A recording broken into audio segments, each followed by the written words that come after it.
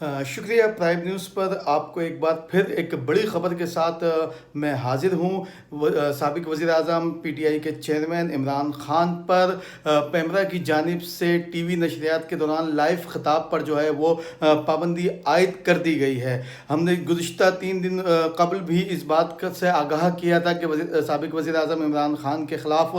घेरा जो है वो तंग कर दिया गया है। आज उसका पहला दिन है। इमरान ख़ान के ख़िताब पर जो है वो टीवी पर लाइव ख़िताब पर पाबंदी आयद कर दी गई है और दूसरे मरहले पर जो है वो ज़रा इस बात की तस्दीक करते हैं कि इमरान ख़ान के अखबारात में बयानात पर भी जो है वो पाबंदी लगाने का इम्कान है और अगले 48 घंटों में ये पाबंदी जो है वो सामने आ सकती है। इसके साथ साथ एक और बड़ी ख़बर जो है वो तहरीक इंसाफ के हवाले से हमारे पास मौजूद है कि मनी लॉन्ड्रिंग केस जो FIA की जानिब से फॉरेन फंडिंग केस के बाद शुरू किया गया था, उसमें भी जो है वो बड़ी अहम तरीन पेशरफ्त हुई और बाकायदा तौर पर एक ब्रेक हम ये ख़बर करते हैं यहाँ पर कि इमरान ख़ान के ख़िलाफ़ मनी लॉन्ड्रिंग का बाकायदा मुकदमा यानी कि FIR दर्ज करने का भी फ़ैसला कर लिया गया और ये 48 घंटों में इमरान ख़ान के ख़िलाफ़ या पाकिस्तान तहरीक इंसाफ के ख़िलाफ़ मनी लॉन्ड्रिंग की बाकायदा तौर पर जो है वो FIR दर्ज कर ली जाएगी। एक बार फिर हम आपको बताते चलें, यहाँ पर इमरान ख़ान के लाइव टेलीविज़न ख़िताब पर जो है वो पाबंदी आयद कर दी गई है।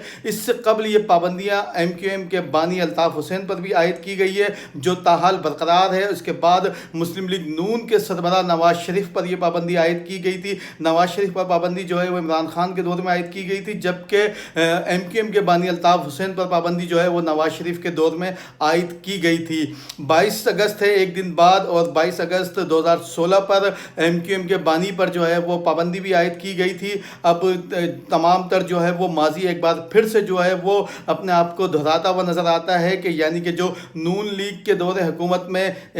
MQM के ख़िलाफ़ तमाम तर चीज़ें हुई, बिल्कुल इसी तरीके से जिस तरीके से आज इमरान ख़ान और PTI के हवाले से की जा रही हैं। और उसके बाद इमरान ख़ान जब इक़्तिदार में आए तो उन्होंने PMLN के साथ वही किया, पाकिस्तान पीपल्स पार्टी के साथ वही किया और आज तमाम तर चीज़ें इमरान ख़ान के सामने वही हो रही हैं जो माजी में उन्होंने PMLN और पाकिस्तान पीपल्स पार्टी के हवाले से किया। एक बार फिर हम बताते चलें कि पेमरा की जानिब से जो है वो इमरान ख़ान के लाइव ख़िताब पर पाबंदी आयद कर दी गई है। अब तक जो है वो ये पाबंदी जो है वो सिर्फ टेलीविज़न हद तक होगी, सोशल मीडिया YouTube पर ये पाबंदी अभी नहीं आयद की गई, लेकिन इस हवाले से पाकिस्तान